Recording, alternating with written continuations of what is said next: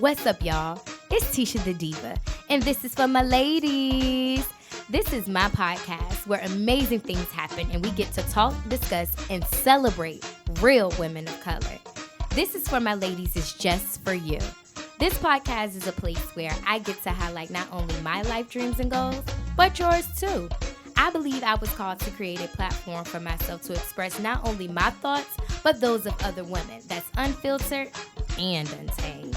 I plan to talk and discuss topics that interest me and other women. I want my audience to be engaged and aware, so any topics, email them to me at tishadediva@gmail.com. What's up, y'all? It's Tisha the Diva. Y'all already know what time it is. This is for my ladies. Welcome back, you all, to another season and episode of This is for my ladies. So first of all, if you're not already subscribed to This is for my ladies, make sure you take the time out to subscribe so that you are able to receive weekly notifications of when new episodes of This is for my ladies that are aired, which of course are weekly and on Tuesdays. And also, if you are not already, make sure you become a supporter of This is for my ladies. You can go to my bio on Instagram. Just search Tisha the Diva, Tia, the Diva, or This is for my ladies podcast on Instagram. Click the Linktree link in my bio. It will direct you to Anchor, which is my home platform where I record my podcast, and it distributes, my podcast across 12 platforms. So it'll redirect you to that. You'll click support this podcast and you'll just enter your information. It is a monthly subscription of as little as, I believe, 99 cents, $4.99 or $9.99. Make sure you just click the $9.99 and subscribe. But anyway, you guys, so this week it has been it's been a whirlwind, you guys. I mean, 2020, come on. Some people say that this has not been the best year ever. We lost a pioneer that, I guess we could say that now. Chadwick Boseman, who is pretty much, as we all know him as, the Black Panther. We know him from his roles in Jackie Robinson. We also know him from his roles as James Brown. And he was also in Spike Lee's new Netflix film, The Five Bloods. And you guys, when I tell you, it literally has rocked the world, in all honesty, with the sudden passing of him. And I say sudden because people didn't know that he had cancer. Colon cancer, stage 4 colon cancer. And I know that there have been reports, and unbeknownst to me, in all honesty, I'll just be perfectly honest with you all, unbeknownst to me, I didn't know that he had been in the media maybe a couple of months ago for a drastic weight loss and him being skinny.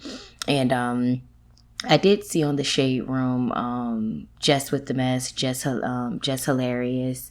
She had, basically kind of had used him in her segment, Jess with the Mess, and talked about him being skinny and how, she has pretty much been she don't want to do the Jess with the Mess anymore. She had been praying for some time now and not wanting to do it.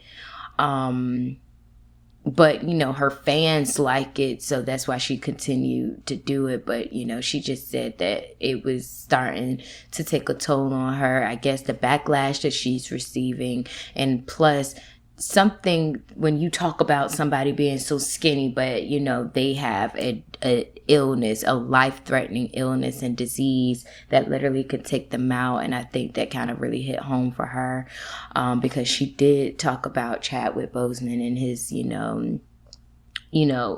him being really skinny.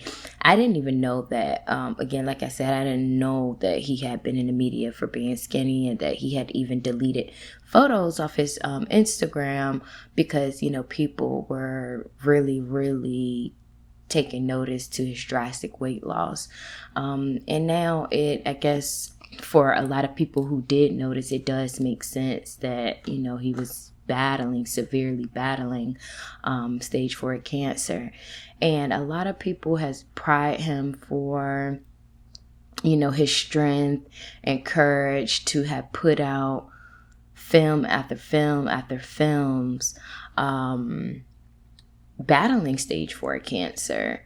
And to not even know, I don't know if his colleagues, I don't know if his, you know, the co-actors and, you know, supporting actors of his films, I'm not even sure if they even knew what was going on as far as him battling with cancer. I don't even think that they knew. I think he more so just wanted people to view and see him as he was, as being an amazing actor, an amazing friend. And I think they wanted to, you know, he wanted people to see him in great spirits and not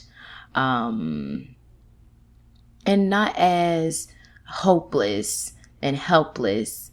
So, you know, just, you know, prayers are with his wife. Honestly, you guys, I was, yesterday I was praying, and I literally just started lifting up his wife and his family, like in my prayer, that she does receive the peace and comfort that she needs in this tragic time. And I'm pretty sure that, knowing that your husband for 4 years has cancer, you know, they did, you know, proper preparations and all that stuff, but it's still, I'm sure for her, you know, losing a loved one and losing your spouse, like your best friend, I can only imagine, you know, what she's going through. So, you know, guys, just make sure you all just lift her up in prayer, during this time. So yeah. And in other news, you guys, I don't want to, you know, just focus totally on that and just bring anybody's spirits down. But in other news, I'm not sure if you guys caught. So, okay, let me just back up. How are we feeling? Like, I'm posing a question. How are we feeling about these virtual concerts, these virtual award shows, these live virtual award shows that we have been seeing since, you know, the pandemic, the coronavirus, the social distancing, the 6 feet, give me 6 feet. How are we feeling about these shows? Pardon me, I'm sorry, you guys, I burped, sorry. But anyway, I know the first like live virtual show that now let's not get ahead of ourselves, because a lot of things that we have watched, you know, live streaming and all that stuff, I guess it is kind of like the same. I have watched plenty of live streams before, and have enjoyed the live streams. But I think for me, the live streams, I'm able to feel the energy from the crowd and the engagement, the crowd control, and just, you know, from the artists and the fans and all that stuff, and the screams, the yelling. And again, like I said, the engagement between artists and fans, you know, when they're on stage and performing. I think that for me is what I truly like and truly enjoy. Just that energy, you know, sometimes you're looking at something and you can feel like you're there. And that's what I do like about live streaming. However, with these live virtual concerts where it's just the artist, a set, and, you know, their dancers, if they have dancers, which I'm pretty that like now they have to be heavy on the dancers now, because I think that's probably going to be most of the energy that we're probably going to get from these shows. But it's dead silent. Like, you don't hear anything, and I don't like them. I do not like them. And I say that because I caught Meg Thee Stallion, her live virtual concert, her first pretty much her first concert that since coronavirus and all that stuff. And it was on Tidal released it, and she did a phenomenal job. The stuff that I did catch, I caught it an hour after it had aired, after it started streaming, and I think it was like an hour and 30 minutes, so I was able to catch like 30 minutes of it, 45 minutes of it, and I thought she did a fantastic job. So pretty much when I caught it, she was doing all of her mainstream songs, the ones that come on the radio and all that stuff, and she did a fantastic job as far as performance. She looked amazing. I really liked the costume. Again, the one that I seen, I don't know if she did like a costume change or anything, but I thought she did a fantastic job. But it was just, the dynamics of it was missing because you don't have the crowd. And I would hear her like chuckle, because it was literally like insert crowd yelling here. And I know it was funny for her because it was literally the same part that she chuckled on, I chuckled on, because I'm like, yeah, that's awkward, Meg. Like, that's where you would hear the crowd screaming. But, she did good, because she was just like, all my hotties from y'all living room turn up and all that stuff or whatever. And I mean, that was just a little go that I needed, because I just started yelling. Like, I started yelling for. But yeah, so, and the VMAs had came on Sunday night. So for the most part, what I watched, I think VMAs did a really good job as far as still, I guess, having the artists come on what appeared to be like, the set. But again, I don't know if that was previously recorded or live. Honestly, I don't know. I did not catch to see if they said that it was live or pre-recorded. Like, I honestly don't know. But just seeing like the artists still posted up with the backdrop, the VMAs backdrop, still getting dressed, still coming and accepting their award. So I'm gonna just assume that they already, of course they know that they already had reached out to the artists to let them know, hey, you did win this award. Make sure, you still come as if it was the VMA nights and all that stuff or whatever. Because, I mean, it was very well done. The production was great. As far as I saw it, I know they did, I believe it was like the Brooklyn Harbor, Brooklyn Bay, I don't know. But they did have some performances that were outside, which was great. It was kind of like a drive-in. And I appreciated that, because you could hear the crowd screaming and all that stuff. So you could definitely tell that they put thought into making the award show as best as they could.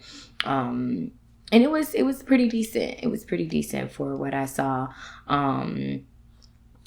And now, like, comparing that like to the BET Awards, the BET Awards was okay when it did come out in June. I personally didn't care for it.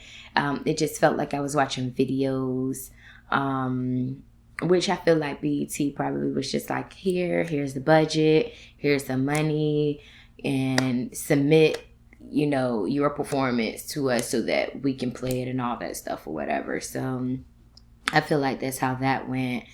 But yeah, you guys, I am so ready for life as we know it to go back to normal.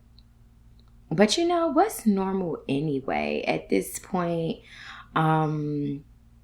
And I guess normal is like literally being able to come and go without a mask. I'm sick of it. I'm tired of it. Like every time I go somewhere and I'm like, oh, my mask.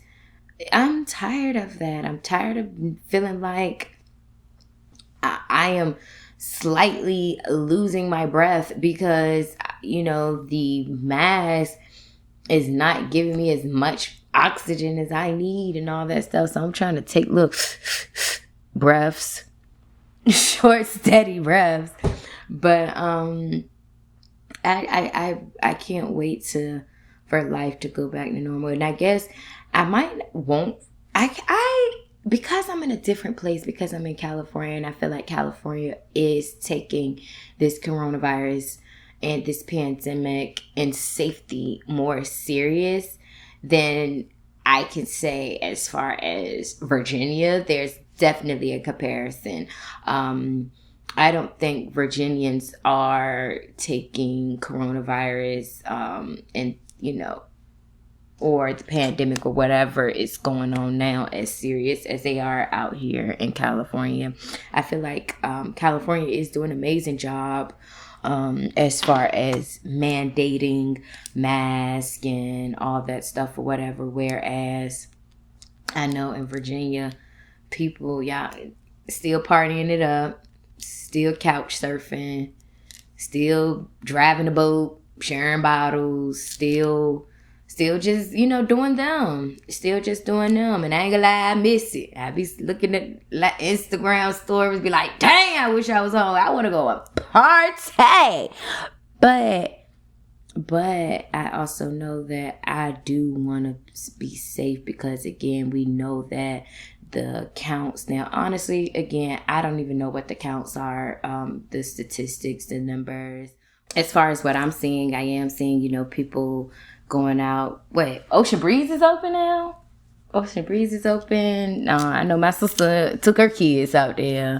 But as far as here, I don't know honestly don't know what's going on out here. It's like, I've been doing stuff, but I haven't been doing stuff again because a lot of places are closed.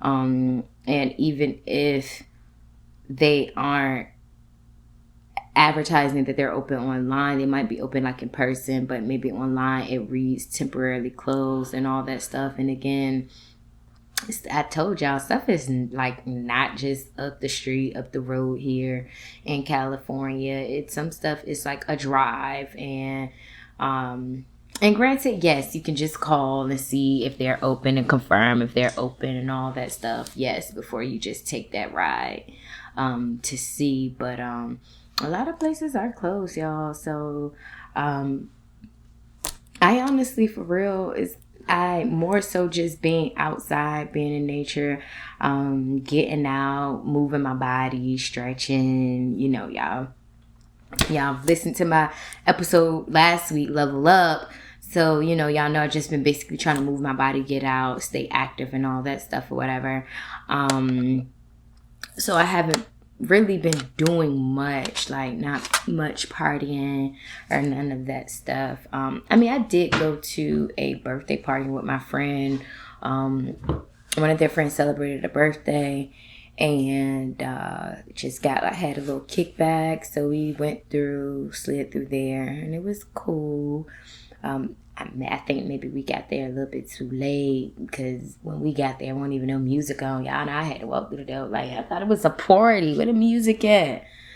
And they turned a little music on and all that stuff or whatever. And then, of course, they started talking about different artists, East Coast, West Coast, all that stuff or whatever. But at that point, I pretty much was tuned out. I was on the little vendor page looking for stuff to set up my little boutique. I done checked out, checked in, and it was maybe around midnight, 1 o'clock in the morning, maybe around that time. We really got to the party kind of late. Like, it was definitely well after like 11 at night when we got to the party. But yeah, so speaking of, looking at vendors and, starting like an online boutique, I went to last week.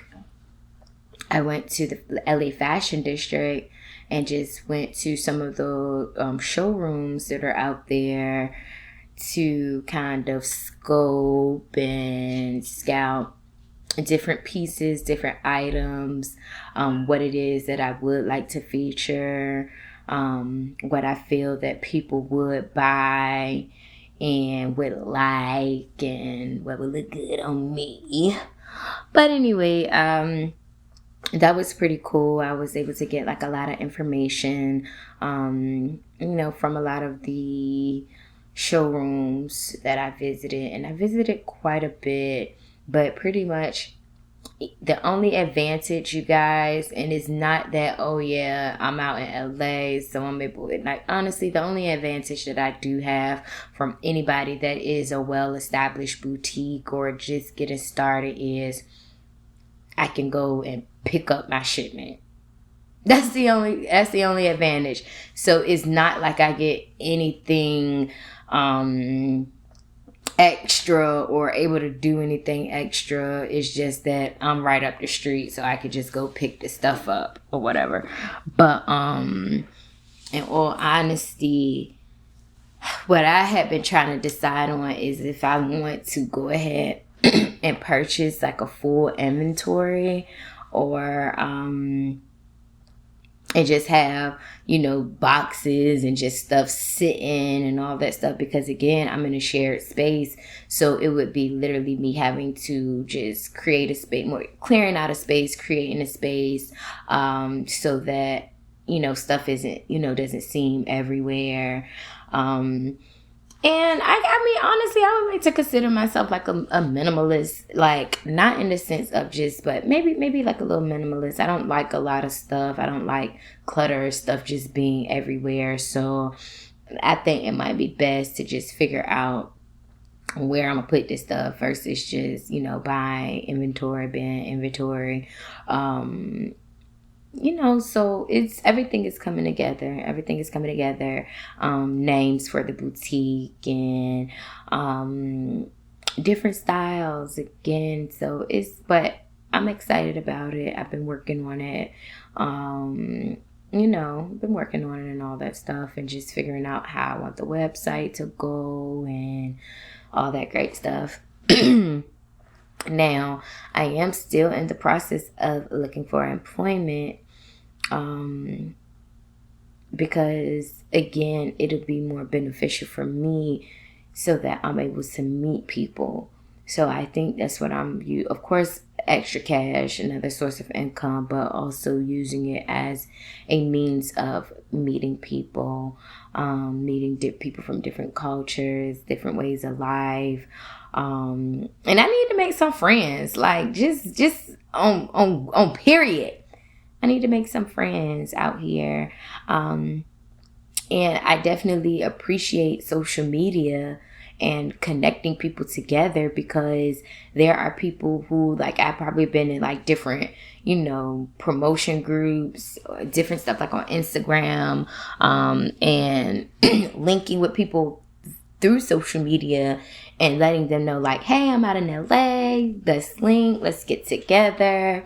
So that's very exciting to, be able to kind of go to different states across the world and link with people, basically who have become like social media friends, social media family, and just, supporters just of the whole of the arts, or supporter of whatever it is that you got going on, what I got going on, but just, being able to support. So I'm very excited about that. And just, again, linking with, people even from Virginia who are out here, I guess, whenever they're free. You know how people be acting, I'll let you know when I get back, or, all that stuff or whatever. But hey, it is what it is. If we link, we link. If we don't, I still don't care. Don't care.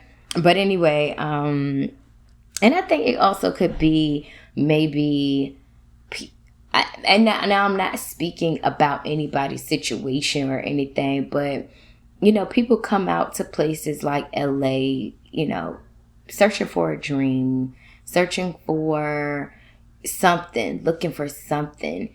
And maybe if they haven't found it, or, you know, maybe they're not in a place where they want to be, it might be, you know, cause them some type of anxiety to kind of be meeting and hanging out with people from back at home if, you know, they came out here for a specific reason, but they're not doing that.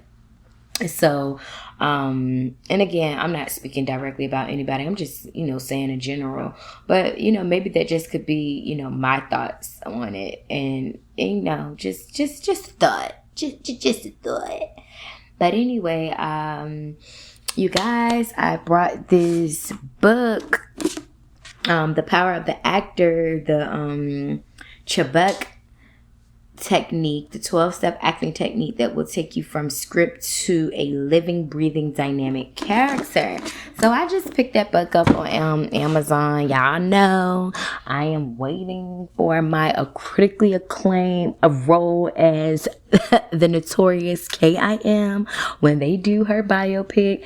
I want to be ready. That's my part. I'm already speaking it, claiming it, accepting my awards, writing my acceptance speech, just all of that great stuff. So I'm very, very excited about that. And I started reading it. I'm still like on the introduction of everything, of it all. But I think it'll be good. It's a nice little read that'll keep your girl busy for some time. But I'm very excited. But at any rate, you guys, that's that. I'm, you know, more so really right now just focused on, you know, securing employment and just having, you know, money coming through and generating a source of income. So even just also exploring different avenues that I'm able to do, you know, while I'm out here, to make for, you know, a nice transition. Because again, like I told you guys, like my car is still out in Virginia, and I just miss having my car. I miss Sonata Latham. I miss her so much. Like, I know she probably missing me too. Like, what in the world is going on? So, you know, I have been looking into that, to see about getting my car shipped, or even having, you know, going back out to Virginia and driving my car out here and all that stuff or whatever. But, you know, again, everything is kind of like a little day by day thing. So I'll see. But at any rate, you guys, I hope that you all are having an amazing week. You know, we are now in September. The Beyonce birthday is coming in a couple of days. But, yeah, you guys, I'm excited. Like, we do not have that much longer in 2020. I definitely hope that you guys are, you know, setting the foundation for, you know, your new year, for 2021 and beyond. You know, just literally ready to just leave everything behind, everything that has been going on in the world, you know, just all that stuff. Just praying that, you know, we do not go into 2021 with no corona. Oh, let me tell you guys something. So I had seen online, y'all remember back in 2012 when the Mayan calendar, they had predicted that 2012 would be kind of like the end of the world and all that stuff. Oh, you know, whatever it is they predicted. So I had seen this little, somebody, I don't know who posted it, but they posted on their Insta story, and it was a TikTok, pretty much like a little TikTok video, and it was a white girl, and she doing a little renegade dance, and she just like got the little quotes, you know, on the box and all that stuff. So, pretty much the video was saying how, you know how the Mayans predicted that 2012 would be the end of the world with the worst year ever, yada, yada, yada. Well, according to the Gregorian calendar that was created in 1500s, it pretty much shaved 8 years off of, you know, the years in the calendar. So technically we would be in 2012. So 8, you know, I was just like, what? That makes sense. because this year is crazy. But anyway, I'm still having the best year ever. That's just how I'm looking at it. That's just how I'm perceiving things to be. I know on the outside, in the physical realm, just in the world, things look terrible. Things look bad, but I'm a very optimistic person. I'm a very believing person. I'm a person who I don't allow other things outside of me to dictate how I'm going to navigate and move throughout the world and just my life or anything. So only thing that I can do is just get on board, follow suit, and just keep it moving, and continue to make sure that I have goals set in place and I don't get so wrapped up in what's going on in the world. And again, silencing the outside noise and going within, and again, making sure that I'm praying, and not saying that nobody else is, but making sure that I'm praying for me and, my family and my friends and those who are near and dear to me, that, Lord, keep us safe, protected, divinely guided, keep us aligned. Today when I pray, I go outside. Oh, and somebody had kind of like put me on. They was like, what direction do you pray? I was like, I just be praying, and maybe I just be walking around. But, they were saying that Muslims pray to the east because that's like the way that the direction of Mecca and all that stuff or whatever. So I prayed to the east today. I mean, I ain't no Muslim or nothing, but hey, I don't mind praying to, where the sun rises, and tonight praying in the direction where the sun set. I don't mind, So yeah, so this morning, I was just praying, and I was just like, just Lord, just balance out, my chakras, and blow the dust off them, polish them up, so that everything that the divine source is giving me, that is able to radiate on the outside. So, I'm very excited about what's going on. I'm very excited to be here in California and to experience living in a new place. Again, I am still transitioning. Like, this is not like 100% fully loaded. Again, I am still transitioning, still testing the waters out, still just, again, building a life here, and still seeking and seeing if this is, the place that God wants me to be, ultimately wants to be. And again, I'm out here during a pandemic, so I'm able to see things again different ways, in a different in different hindsight, as far as what the city probably is like without like the hustle and bustle. But it's still busy. It is still busy, but I don't think that I'm able to fully experience Cali, LA, as it would be pre-pandemic. But I'm just so excited that I'm out here. So yeah, you guys. So that's it for this week's episode. I just, pretty much kind of just wanted to come through and share that with you guys.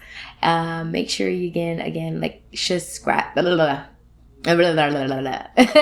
Make sure you all subscribe to This Is For My Ladies, streaming on 12 podcast platforms. Again, where you listen to podcasts, just search This Is For My Ladies, and there I shall be, okay?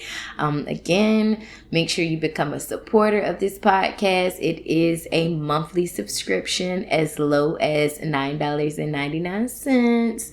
And yeah, that's pretty much it. Just make sure you all get out, get moving. Again, we're in September now, so it's still not too late to accomplish some goals, to get something started, start a business, start something. Starting your workout journey is not too late, y'all. We are definitely about to go into the fall, to the winter seasons and all that stuff. So this is the perfect time to go ahead and get started.